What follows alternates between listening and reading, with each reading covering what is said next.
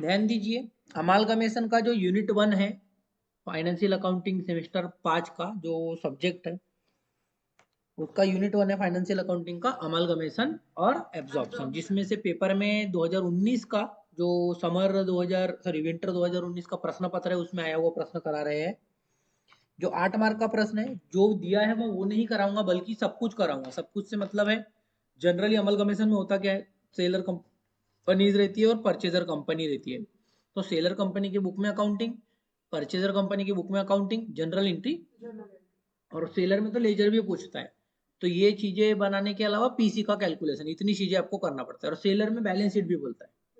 तो जितनी भी चीजें प्रश्न में बोलेगा वो, और जो नहीं बोला वो भी मैं आपको समझाने के लिए पहले प्रॉब्लम के तौर पे कराने वाला हूँ। तो देखते हैं प्रश्न में लिखा क्या है। Given below are the balance sheet as on 31 March 2018 of Ram and Syam Limited, which are amalgamated to form a new company Ram Shyam limited. तो राम और श्याम दो कंपनी है जो मिलके एक नई कंपनी बन रही है राम श्याम जिसका नाम है। New company took over all the asset and liability of both the company at the book value. Book value मतलब जो बैलेंस शीट में वैल्यूज दी हुई उसी वैल्यू पे ऑल एसेट लायबिलिटी को कंपनी ले रही है। ऑल में रियलाइजेबल एसेट आती है और एक्सटर्नल लायबिलिटी आती है। एसेट में रियलाइजेबल एसेट और एक्सटर्नल लायबिलिटी में एक्सटर्नल लायबिलिटी। ये मेरे को जब मैं सेलर की कंपनी में एंट्री करूंगा ना तो मेरे को ये मालूम रहना चाहिए कि कौन सा आइटम मैं कहाँ ट्रांसफर करने वाला हूँ। कहाँ से मतलब है, रियलाइजेशन अकाउंट में कि शेयर होल्डर के अकाउंट में। दो में से एक जगह जाता है पैसा, रियलाइजेशन अकाउंट में जाता है या फिर शेयर होल्डर। तो एक एक करके शेयर कैपिटल काय में जाएगा सर, शेयर होल्डर अकाउंट में। Current liability realisation account, reserve surplus share holder account में। तो ओवरऑल एक आइटम जाएगा रियलाइजेशन में, दो आइटम जाएंगे शेयर होल्डर में। और एसेट्स की बात करें तो एसेट्स में building, machine, furniture, current asset, ये चारों आइटम कहाँ जाएंगे, रियलाइजेशन में। और इन चारों के बाद जो बचे हुए प्रिलिमिनरी एक्सपेंसेस और पीएनएल ये जाएंगे शेयर होल्डर, क्योंकि ये फिक्स्ड टीसीएस एसेट है। समझ में आया इतना? देखते आगे क्या लिखा है। आगे बोलता है authorise capital of Ramshyam limited, नई कंपनी का ऑथोराइज कैपिटल है 10 लाख रुपए, divided into equity share of ₹10 each. 10 रुपए के एक शेयर में बटा हुआ, ये डिवाइडेड किया हुआ ऑथोराइज कैपिटल है। जिस कैपिटल में से ही हो सकता है वो नई कंपनी हमको परचेस कंसिडर के तौर पे शेयर भी दे। लिखा भी है purchase consideration of both the company was paid in the form of equity share of ₹10 each in Ramshyam. तो दोनों कंपनी के को कितने क्या देंगे, शेयर देंगे।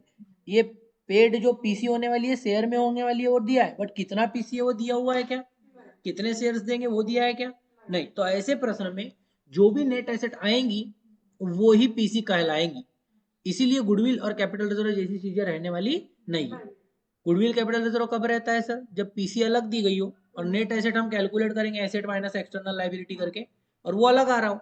और नेट एसेट और पीसी में पीसी ज्यादा है तो गुडविल, और नेट एसेट ज्यादा है पीसी कम है, कम में बिजनेस खरीद लिए, that is profit capital reserve. But PC है ही नहीं, तो जो नेट एसेट है उतना ही पेमेंट होगा। और ऐसे केस में कोई भी गुडविल कैपिटल रिजर्व आने वाला। और ये पहला एकदम सिंपल प्रॉब्लम है, 8 मार्क का प्रॉब्लम है, तो इसमें आपको ये देखने मिलने वाला भी ये गुडविल और कैपिटल रिजर्व, क्योंकि पीसी के बारे में सिर्फ फॉर्म ऑफ पेमेंट बताया, अमाउंट नहीं बताया। तो जितना नेट एसेट है उतना ही पीसी मानना पड़ेगा। रिक्वायरमेंट में लिखा क्या एक बार पढ़ लेता, बट मैं सब कुछ कराने वाला इस प्रश्न में समझने के लिए आपके। Pass the journal entry in the books of Ramshyam limited and drop the opening balance sheet of Ramshyam. तो रामश्याम की बैलेंस शीट भी बोला है और जनरल एंट्री भी बोला है, यानी सिर्फ किस बुक पर्सन किस कंपनी की बुक में अकाउंटिंग बोला है, परचेजर कंपनी। बट मैं आपको सेलर की अकाउंटिंग भी बताऊंगा और परचेजर कंपनी की भी अकाउंटिंग बताऊंगा और बैलेंस शीट भी बताऊंगा, और उसके अलावा पीसी कैलकुलेट भी करके बताऊंगा। ठीक है, तो आंसर की शुरुआत करते हैं। कैलकुलेशन ऑफ परचेज कंसिडरेशन लिख देता हूँ, क्या लिख रहा हूँ जी, कैलकुलेशन ऑफ परचेज कंसिडरेशन, क्योंकि आज के प्रॉब्लम में गुडविल कैपिटल तो नहीं रहने वाला है।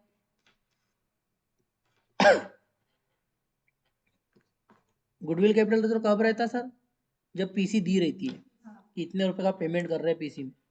तो अपन नेट एसेट और कैपिटल सॉरी नेट एसेट और पीसी में डिफरेंस निकाल के गुडविल कैपिटल रिजर्व कंसिडर करते हैं, बट आज नहीं करेंगे। तो ये दोनों मैंने लिख दिया। अब मैं यहाँ पे लिख रहा हूँ रियलाइजेबल एसेट टेकन ओवर।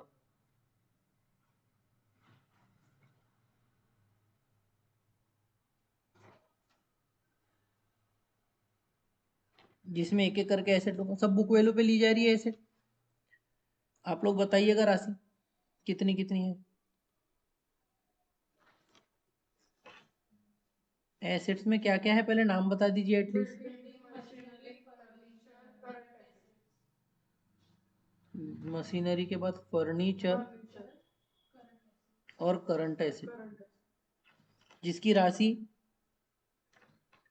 60,000। सिर्फ राम कंपनी का बताइएगा पहले एक करके। जी और 4,10,000 ठीक है। और इधर से श्याम कंपनी में 1,60,000, 2,98,000, 2,98,000 ठीक है। अब इसके बाद में हमको लाइबिलिटी माइनस भी करना है, तो मैं पहले टोटल कर देता हूँ। और उस टोटल का नाम क्या दूँ बोलिए। जी, उसको मैं पॉइंट ए से इंडिकेट करूंगा ताकि मैं बाद में माइनस करके दिखाऊं तो डिनोटिंग का इस्तेमाल कर सकूं। A for total asset taken over.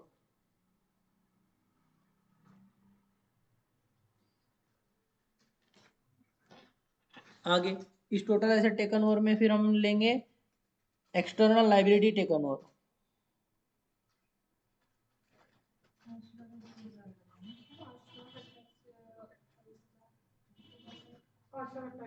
इधर का 5,28, इधर का कोई किया ही नहीं है लगता। जी, अब आ जाते हैं हम एक्सटर्नल लाइबिलिटी में। एक्सटर्नल लाइबिलिटी में क्या क्या है देख लेते हैं।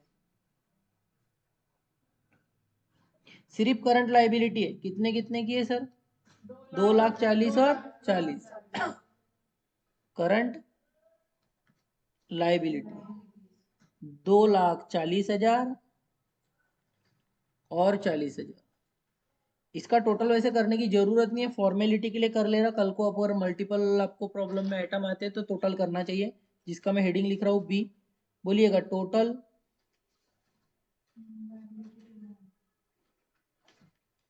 समझ रहे हो लाइबिलिटी टेकन ओवर, जिसका राशि इतना ही रहेगा, ये 2,40,000 और 40,000। अब बताइए नेट एसेट का फॉर्मूला क्या है।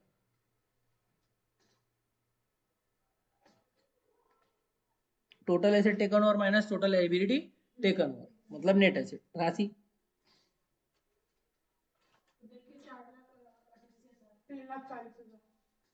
जी, ये दोनों राशि जो आई है यही नेट एसेट को मैं क्या बोलने वाला हूँ पता है। पीसी। क्यों बोलने वाला हूँ इसी को पीसी। पीसी नहीं है अलग से पेमेंट वाइज, तो हमको क्या मानना पड़ता है। जी,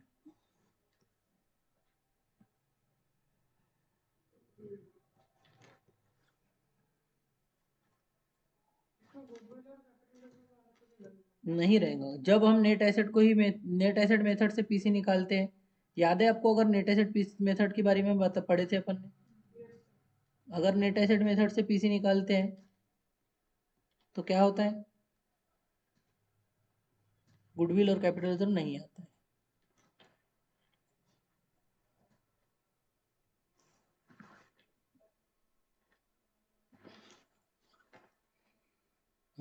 इसी को मैं मान रहा हूँ पीसी। पीसी भी सेम रहेगा। Payment of purchase consideration in equity share of Ramshyam limited, जो नई कंपनी है उसमें पूरा 3,40,000, पूरा 4,00,000।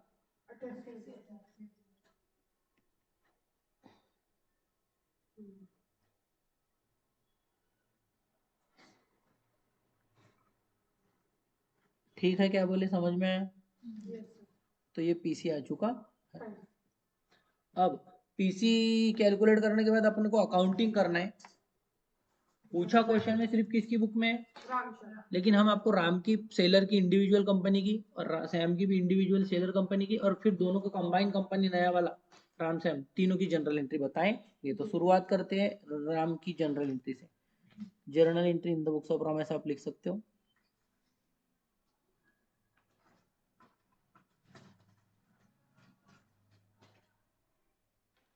और इसमें पहली स्टेप क्या होती है जनरल एंट्री में, रियलाइजेबल एसेट को रियलाइजेशन में, नॉन रियलाइजेबल एसेट को शेयर होल्डर में, एक्सटर्नल लाइबिलिटी को रियलाइजेशन में, इंटरनल लाइबिलिटी और शेयर कैपिटल को शेयर होल्डर्स फंड में। इस तरीके से ट्रांसफर करेंगे पहली स्टेप में, और पूरे बैलेंस शीट के सभी आइटम कहीं ना कहीं ट्रांसफर हो जाएंगे। फिर स्टेप नंबर 2 में दो एंट्री करेंगे बिजनेस के पीसी के भाव से बिजनेस को बेचने की और पीसी रिसीव करने की। फिर उसके बाद रियलाइजेशन अकाउंट बंद करके प्रॉफिट लॉस बांट दो, शेयर होल्डर अकाउंट में ट्रांसफर कर दो, और जो पीसी बचा उसको शेयर होल्डर को दे दो। शेयर होल्डर अकाउंट ऑटोमेटिक क्या हो जाना चाहिए, बंद। क्या बोला लिख के बताता हूँ, इंतजार करो।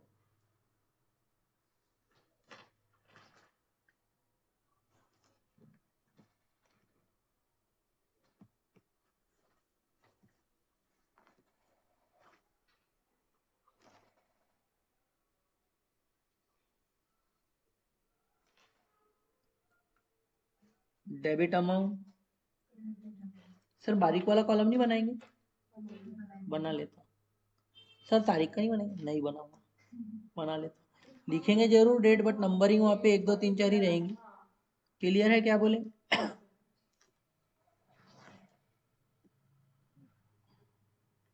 ये एक अच्छा कॉलम बनाने का ज़्यादा झंझट नहीं है। उल्टा से जब कम पड़ जाएगा ना, जल्दी से बन जाता है। ये लो, अभी के अभी बना लिए। हाँ, मेरे को बताइएगा सबसे पहले क्या करना है, बोले? लाइबिलिटी से चालू करो, एसेट से चालू करो, कुछ भी करो, फर्क पड़ने वाला नहीं है। मैं लाइबिलिटी से करता हूँ। लाइबिलिटी में आप देख पा रहे होंगे कौन सी लाइबिलिटी है, शेयर कैपिटल और रिजर्व सरप्लस। ये दोनों आइटम ऐसे आइटम है जो कहाँ जाने वाले हैं, राम कंपनी के शेयर होल्डर में। 2 लाख का और 1,60,000 का, जो दोनों लाइबिलिटी है। लाइबिलिटी कौन सा बैलेंस होती है सर, क्रेडिट। ट्रांसफर करने के लिए क्या करेंगे सर, डेबिट। तो दोनों लाइबिलिटी का अकाउंट डेबिट हो जाएगा और शेयर होल्डर्स का अकाउंट क्रेडिट हो जाएगा। तो मैं पहले लाइबिलिटीज को डेबिट करता हूँ। पहले करूंगा debit share capital account debit, उसके बाद में reserve and surplus account debit to share holder account. राशि की बात करें तो कितना राशि है,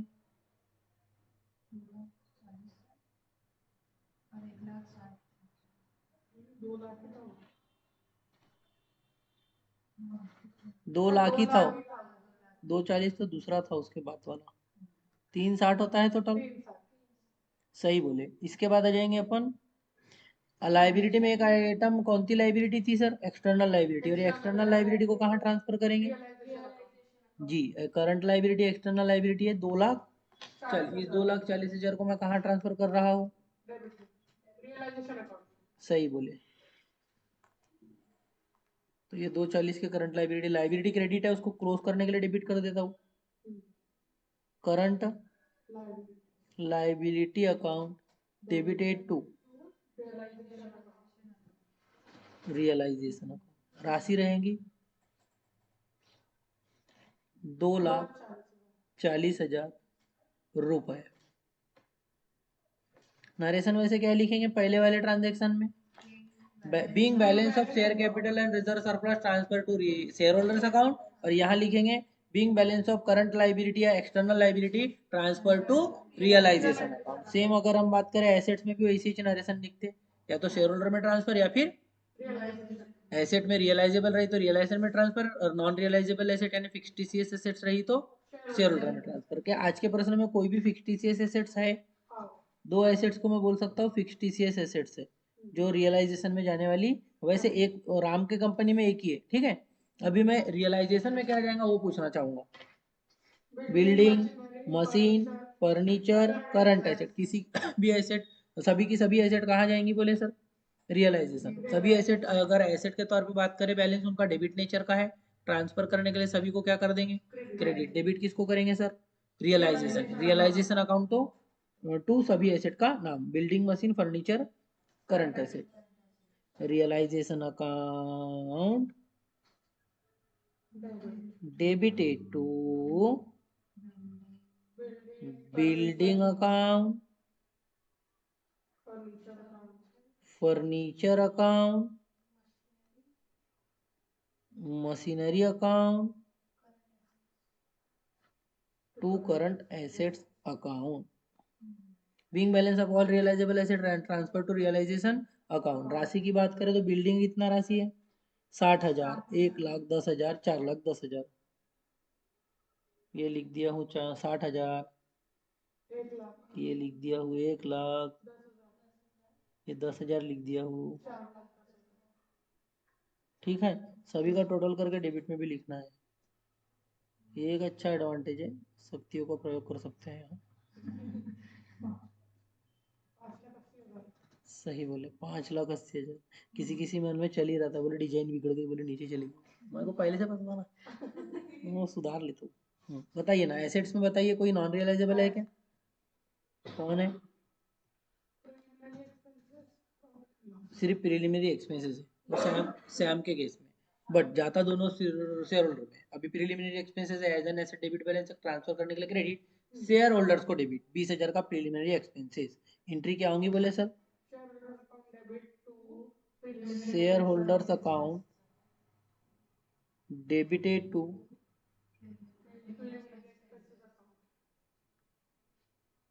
राशि।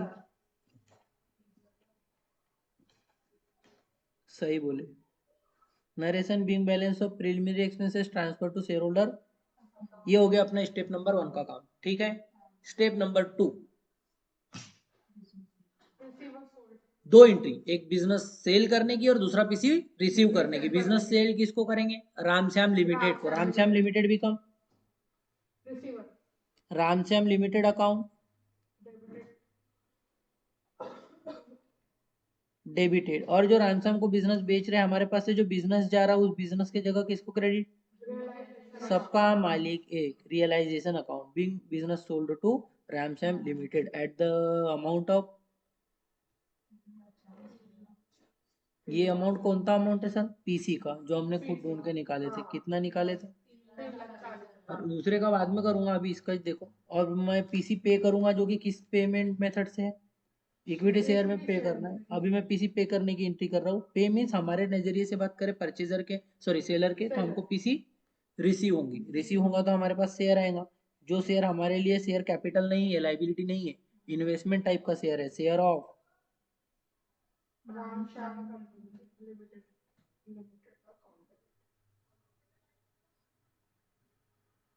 कंपनी लिमिटेड या limited account debit. Share of Ramshyam limited account debit 3,40,000। और ये रामश्याम जो पहले पीसी बिजनेस लेते समय रिसीवर था, पीसी देते समय गिवर के तौर पे उसका अकाउंट डेबिट क्रेडिट कर देंगे, तो उसका अकाउंट क्या हो जाएगा पता है? क्लोज हो जाएगा। मतलब डेबिट और क्रेडिट होके अल्टीमेटली क्लोज। उससे पर्सनल लेना देना खत्म। भैया तुमने बिजनेस लिया हमसे, हमको पीसी दिए, क्लियर। ठीक है। नंबर 7, सबसे पहले अब बंद करेंगे रियलाइजेशन अकाउंट। हाँ, ऐसे परिस्थिति में अगर एक चीज चेक करना पड़ता है कि कोई हमारी ऐसी एसेट तो नहीं है जो हम किसी आगे वाली कंपनी ने नहीं लिया है, तो उसको हम मार्केट में बेचेंगे, ऐसा कुछ रहता है एडजस्टमेंट। मैं आज कुछ है नहीं इसलिए नहीं कर रहा हूँ, आगे आने वाले पर्सों में बताऊंगा। अभी रफ में मेरे को क्या करना है सर? रफ में मेरे को यहाँ पे लेजर बनाना है। शेयर होल्डर का टैली होता है और रियलाइजेशन अकाउंट का बैलेंस प्रॉफिट लॉस के तौर पे शेयर होल्डर में ट्रांसफर होता है। इंट्रीज देख के बताइएगा कि कहीं पे भी आपको रियलाइजेशन दिख रहा है क्या? ये दिख गया रियलाइजेशन कितने से क्रेडिट है, और ये रियलाइजेशन कितने से डेबिट है। फिर उसके अलावा रियलाइजेशन कितने से क्रेडिट है। बस ये 3 एंट्री में रियलाइजेशन आया है। ठीक है, एक में क्रेडिट हुआ है 2,40,000 से, एक में डेबिट हुआ है 5,80,000। सही बोले। उसके बाद 3,40,000 से क्रेडिट भी हुआ है। ठीक है, अब आ जाते हैं हम इसमें, क्या ज्यादा लग रहा है बताओ? तो 5,80 आ गया, 5, कोई भी प्रॉफिट लॉस। और ऐसा कब होता है पता है? जब भी नेट एसेट से करते हैं, कोई फायदा लॉस, फायदा नहीं। और इवन जो एसेट लाइबिलिटी है उसको उसी मार्केट वैल्यू पे ही लिया गया है जो बुक वैल्यू ही। तो ठीक है, अपने को कोई प्रॉफिट लॉस नहीं हुआ है, तो रियलाइजेशन का कोई बैलेंस शेयर होल्डर में डालने वाला नहीं है। तो अब डायरेक्ट पीसी का पैसा किसको दे देंगे? Share holder account debited to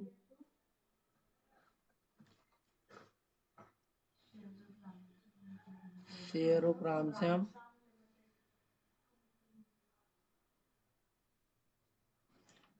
3,40,000। और ऑटोमेटिक शेयर होल्डर का अकाउंट भी क्या हो जाएगा पता है? वैसे लिखेंगे बीइंग शेयर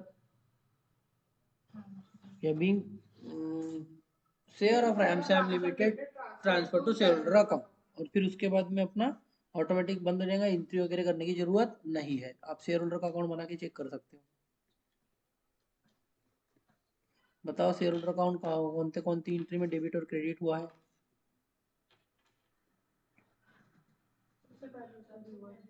पहले इसमें क्या हुआ है, फिर उसके बाद 20,000 डेबिट भी हुआ है बस, और ये अभी वाली एंट्री में तो ऑटोमेटिक बंद हो जाएगा। क्रेडिट में 360 है, एक बार 20 डेबिट है और एक बार 340, 360, ठीक है। ये जैसी एंट्री अपन ने किसकी बुक में की है सर? राम। सेम चीज का में भी करेंगे। श्याम तो करके बताओ, राम श्याम की भी एंट्री। हाँ, राम श्याम दोनों करेंगे, बिल्कुल करेंगे।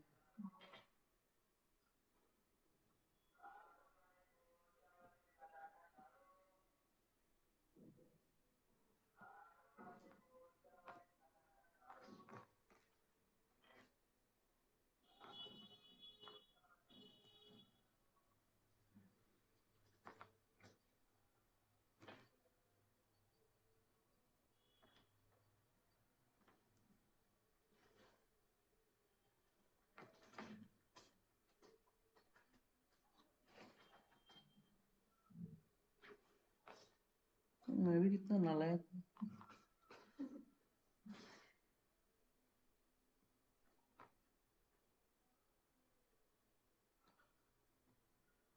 जब चतराई कर ही रहे हैं, पूरी चतराई करते हैं। नहीं समझे क्या भी लिए, राम का श्याम कर देता हूँ। बिल्कुल चेंज होंगी, वो प्रिलिमिनरी की जगह पे वो जो भी है। पहले मैं कोई अमाउंट देख देख के बताते जाओ कि से पहले तो बताओ, ये 40,000 रुपये करंट लाइबिलिटी है, तो इधर मैं 40,000 कर देता हूँ। जो दूसरी एंट्री में करंट लाइबिलिटी गई, ये लो बदल गया। अब ये हो गया करेक्ट, जो अपडेट हो गया उसको मैं राइट कर देता हूँ। अब वापस आएंगे शेयर होल्डर वाला, 4 लाख और 1 लाख। अरे वाह, ये शेयर कैपिटल 4 लाख है।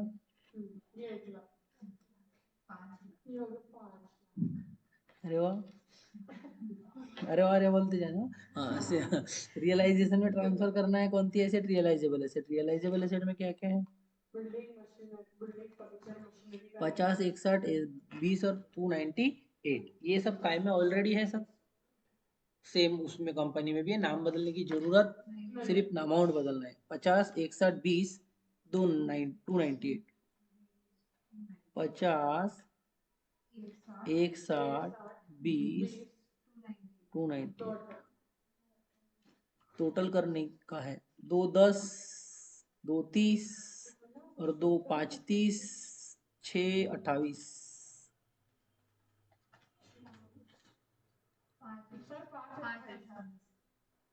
5 28। ये 5 28 समझ में आया क्या किए? अब प्रिलिमिनरी एक्सपेंसेस है ही नहीं, बल्कि कोई दूसरा है। सही बोले, पीएनएल अकाउंट। राशि देखना चाहेंगे? ये 12,000 भी हम ट्रांसफर कर रहे है कि नहीं है? तो ये लिख देते 12,000 इधर।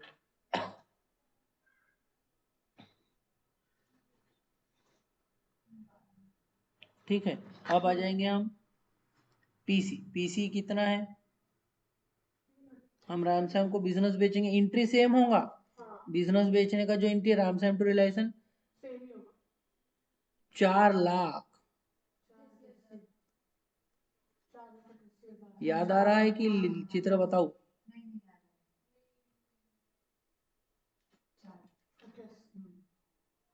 अब ये भी एंट्री 488 से रामश्याम को रिसीवर बना देंगे, और सॉरी शेयर हमको मिलेंगे तो 488 के share of Ramshyam account debit to Ramshyam giver के तौर पे क्रेडिट, क्योंकि वो हमको दे रहा है शेयर। ठीक है, इसके भी अंदर प्रॉफिट लॉस निकालना चाहिए नहीं चाहिए? चाहिए, लेकिन नहीं आना चाहिए, लेकिन देखना चाहिए, जरूर चाहिए। Realisation account, share holder account. Realisation कब कब क्या हुआ है बताइएगा देखकर। रियलाइजेशन क्रेडिट हुआ है, रियलाइजेशन डेबिट हुआ है, रियलाइजेशन क्रेडिट हुआ है। बोलिए, पहले क्रेडिट 40 हुआ है, 5/28 हुआ है, फिर 4/88 क्रेडिट हुआ है। दोनों का 5/28 होता है। हाँ बोल दीजिए। सही बोले। शेयर होल्डर्स की बात करें तो शेयर होल्डर क्या हुआ है? शेयर होल्डर क्रेडिट हुआ है 5 लाख, शेयर होल्डर डेबिट हुआ है 12,000, शेयर होल्डर क्रेडिट हुआ है, सॉरी फिर से डेबिट हुआ है 3/40। और कहीं शेयर होल्डर आया है? ये गलत हो गया ना, आखिरी में हमने चेंज ही नहीं किए। ये कितना आएगा पीसी वाला?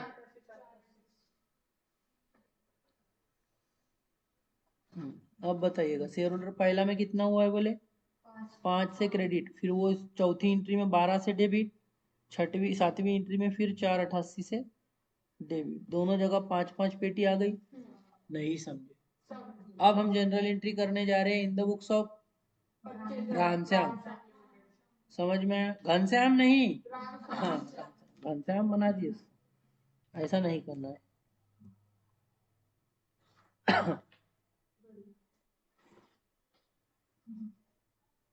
भाई एक ही बार कर सकते थे, अब तो एंट्री चेंज हो जाएगी। एंट्री तो होंगी चेंज, एंट्री तो चेंज होके रहेंगी, ऐसे कैसे नहीं होंगी चेंज, हम कर देंगे।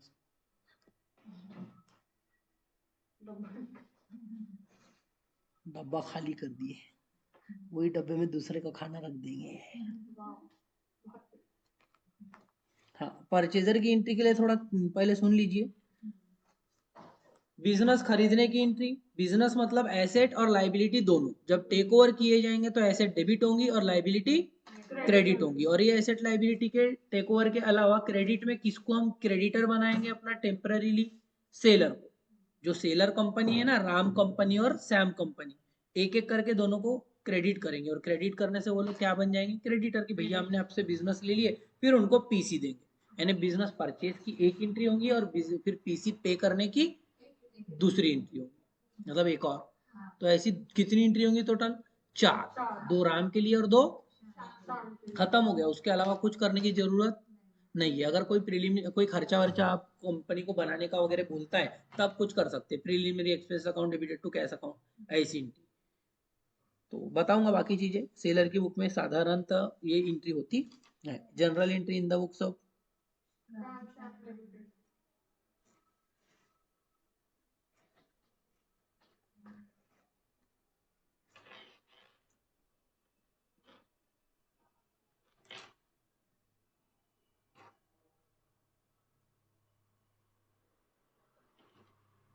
सबसे पहले हम किसका बिजनेस खरीद रहे हैं? राम का। राम का बिजनेस खरीदेंगे, हमारे पास एसेट आएंगे, एक एक करके नाम बताइए।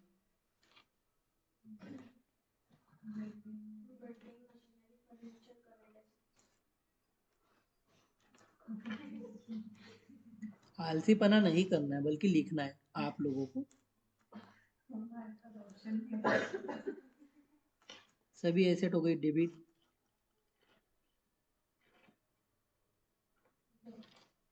राशि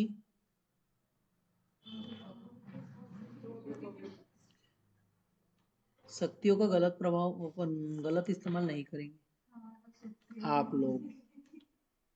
मैं कर सकता हूँ डी 2। ये सभी एसेट आई, और क्या आई अपने पास? लाइबिलिटी आई। और जिस लाइबिलिटी में क्या आया है? किसी को अमाउंट याद है करंट लाइबिलिटी का? 2,40,000 बोल तो नहीं याद। और है कितनी?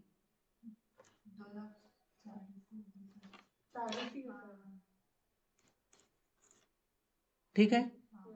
इन दोनों का डिफरेंस क्या है ऑलरेडी आपको पता होगा। ये और ये का डिफरेंस ये है ना 3, और यही तो पीसी है। और यहीं पे लिखा जाता है आगे वाले कंपनी राम अकाउंट को क्रेडिट, राम लिमिटेड। इसका मतलब बता रहे, समझ रहे हो क्या हो रहा है? कि हमने बिजनेस की एसेट भी ले लिया, उसकी लाइबिलिटी भी ले लिए, और इतने रुपए में उसको क्रेडिटर बना लिया। और मान लो अगर पीसी 340 नहीं होती, पीसी 350 होती, तो ये 350 क्रेडिट हुआ रहता। डेबिट में 10,000 कम पड़ गए थे तो गुडविल नाम देते थे कि भैया हम ज्यादा पे कर रहे हैं, यहाँ गुडविल आया रहता। जो कैलकुलेशन हम करते हैं ना गुडविल का, ये इसी एंट्री के लिए करते हैं। तो यहाँ 350 आता तो ऑटोमेटिक 10 क्रेडिट के बढ़ जाते ना, अभी तो टैली हो रहा है, दोनों का 580 580 आ रहा है डेबिट क्रेडिट, तो अभी कोई गुडविल और कैपिटल रिजर्व हो। और मान लो 3 ही लाख का लिखा रहता मैंने राम लिमिटेड को पीसी के लिए 3 लाख, 340 की जगह 3 लाख तो 40,000 कैपिटल रिजर्व लिख दिया तो फायदा हो गया, कम पीसी पे किया।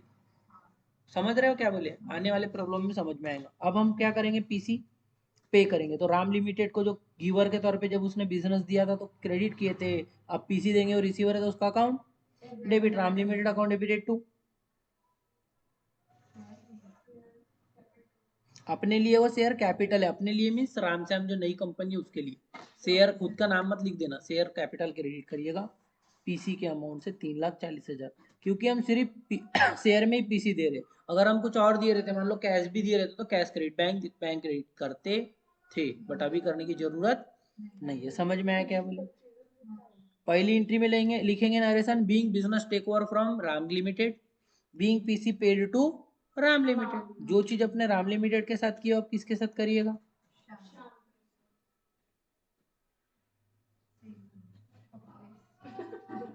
हंसना नहीं है, बल्कि मतलब एक प्रकार से शक्ति का प्रयोग है, कुछ चीजें बदल करना पड़ेगा। पहले तो बिल्डिंग का राशि कितना है,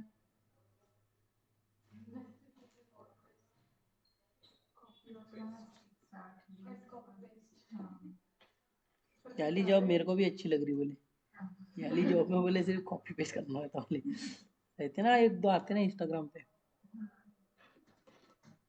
पैसा अकाउंट से कॉपी करना है और फिर अपने अकाउंट में पेस्ट करना है। करंट लाइबिलिटी किसी को याद है कितनी थी,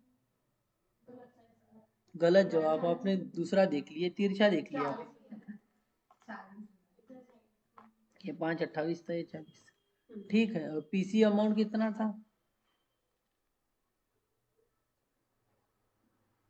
थोड़ी देर बाद ट्यूबलाइट जैसा बोलिएगा। हाँ अभी याद आ गया बोले। हाँ। अब बताइएगा पीसी 488 से हम क्या करिएगा, सैम लिमिटेड,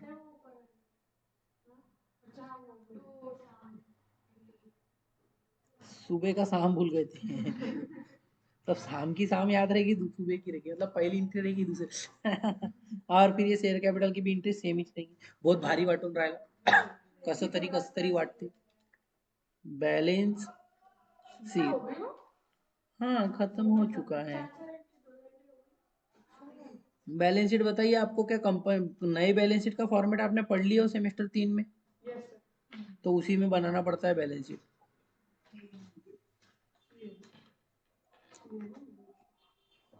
बट इस क्वेश्चन में बैलेंस शीट आप देख पा रहे होंगे कौन से फॉर्मेट में दिए पता है, पुराने, जो कि प्रश्न 2019 का, इसलिए आखिरी बार गलती कर रहा हूँ मैं पुराने प्रॉब्लम को कराने की। अब मैं कौन सा प्रॉब्लम कराऊंगा आपको, 2022 23 24 25 का, वहाँ पे नई बैलेंस शीट का फॉर्मेट है, इवन क्वेश्चन में भी नया ही फॉर्मेट का बैलेंस शीट रहता है जैसे कि किताब में। तो इसको देख के आपको अच्छा तो लगा होगा, बट एग्जाम में ऐसा लगने वाला, तो आपको ऐसा ना लगे कि ऐसा लगे, वो आपको क्या लगे नहीं पता क्या लगे। शेयर होल्डर्स फंड, जिसमें ए नंबर रहेगा शेयर कैपिटल, इधर नोट टू अकाउंट बनाए जाते हैं नहीं बनाए जाते, नोट टू अकाउंट जी, इसमें नंबर 1 लिखता, वैसे शेयर कैपिटल 2 बार आया, 3,40,000, 2,88,000, 2 बार शेयर कैपिटल आया ना ये दो एंट्री में। ये आ गया शेयर कैपिटल तो 340, शेयर कैपिटल 288, ये नोट में, हाँ 4 टोटल करो ना,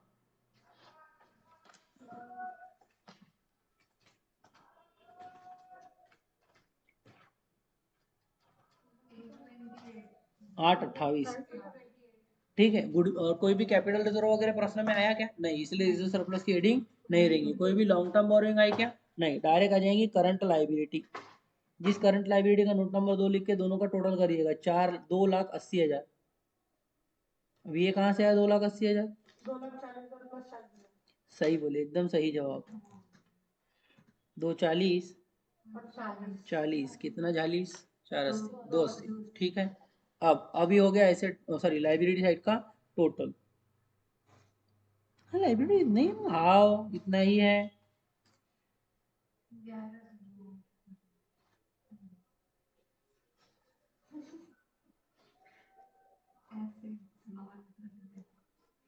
non current asset,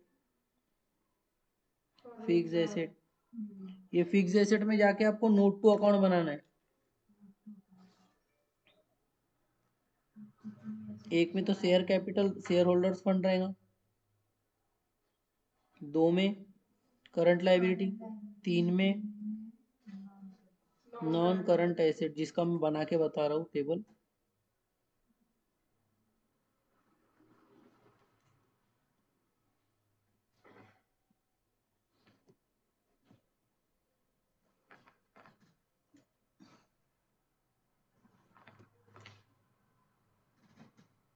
non current asset,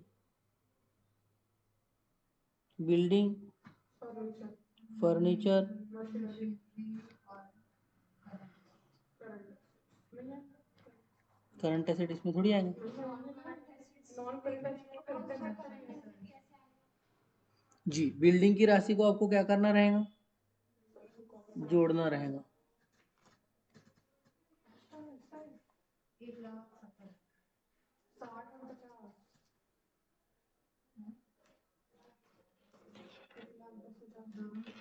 दोनों को प्लस प्लस करके निकले, इसके लिए तो एक हो गया ना इससे।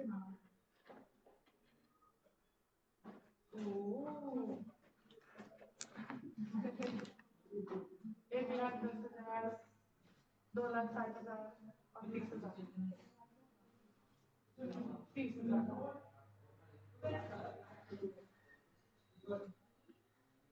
ये 4 लाख का कहाँ लिख दीजिएगा, इधर।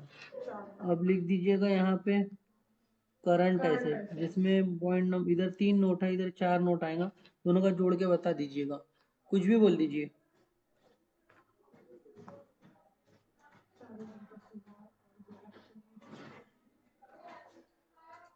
7,08,000।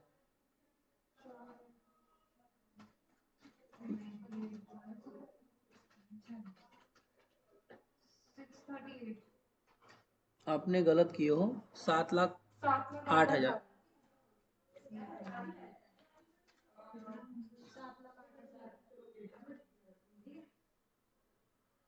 11,08,000, ठीक है। समझ में आया, क्लियर है, कंप्लीट हो गया है मेरे साइड से। किसी को समझ में आया कुछ? यस सर, जो रियलाइज हो गया वो तो